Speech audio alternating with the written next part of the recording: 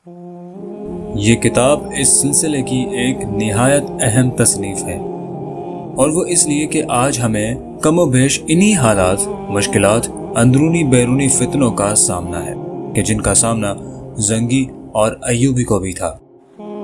اس دور میں بھی عیسائی اور یہودی صہیونی امت مسلمہ پر اسی طرح حملوں پر حملے کر رہے تھے کہ جیسے آج ہو رہے ہیں۔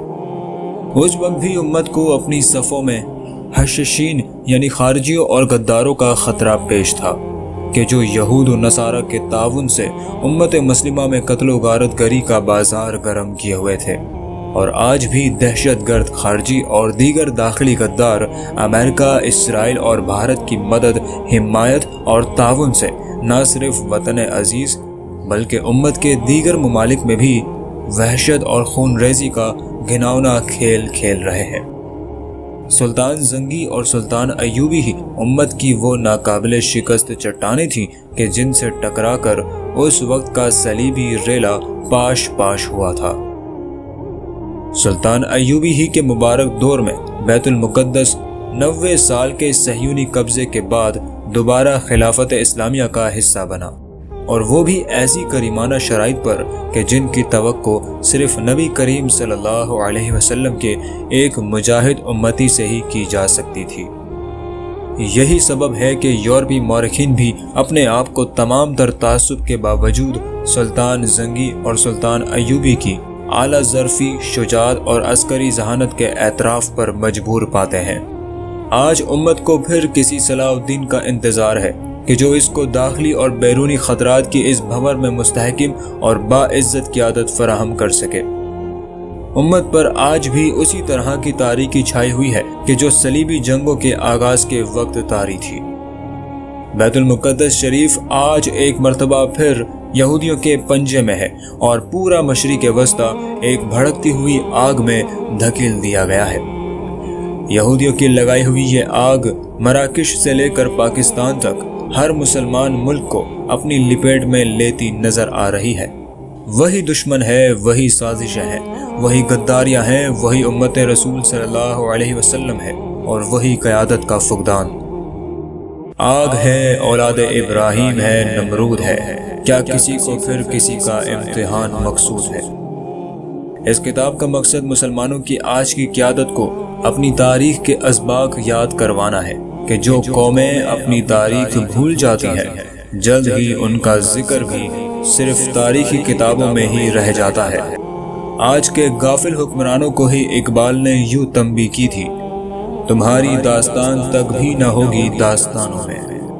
اللہ پاکستان کا حامی و ناصر ہو، اور امت مسلمہ کو ایک مرتبہ پھر اپنے خاص فضل و کرم سے ایسے سپہ سالار عطا فرمائے کہ جو آج کی صلیبی جنگوں میں سلطان نور الدین زنگی اور سلطان صلاح الدین ایوبی کی سنت پر آبرو رسول صلی اللہ علیہ وسلم کے محافظ بن سکیں۔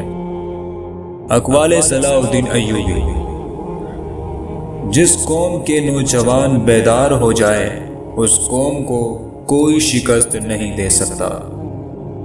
یاد رکھو میرے دوستو، فوج بغیر قوم کے اور قوم بغیر فوج کے دشمن کے لیے آسان شکار ہوتی ہے۔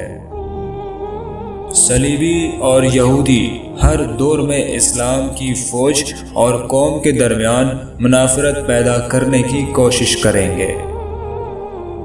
مجھے نظر آ رہا ہے کہ فلسطین کا خطہ خون میں ڈوبا رہے گا۔ حکومت کا نشہ، دولت اور عورت اچھے اچھے انسانوں کو اندھا کر دیتے ہیں۔ کافر سے پہلے غدار کو قتل کرنا ضروری ہے۔ ایک جاسوس دشمن کے پورے لشکر کو شکست دے سکتا ہے، اور ایک غدار اپنی پوری قوم کو شکست کی ذلت میں ڈال سکتا ہے۔ باوقار قوم کی طرح زندہ رہنا چاہتے ہو تو اپنی روایات نہ بھولو۔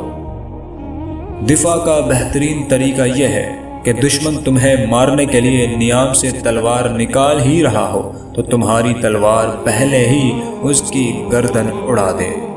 وہ اگر کل حملے کے لیے آ رہا ہو تو تم اس پر آج ہی حملہ کر دو۔ اگر ہم کفر کے طوفان کو نہ روکیں تو ہم مسلمان نہیں بلکہ بے غیرت ہوں گے، اور اگر اسلام کا دفاع اس طرح کریں کہ دشمن کے انتظار میں گھر بیٹھے رہے اور جب وہ حملہ کرے تو اپنے گھر میں ہی اس کے خلاف لڑے اور پھر یہ فخر بھی کرے کہ ہم نے دشمن کو پسپا کر دیا، تو یہ ہماری بزدلی کا ثبوت ہوگا۔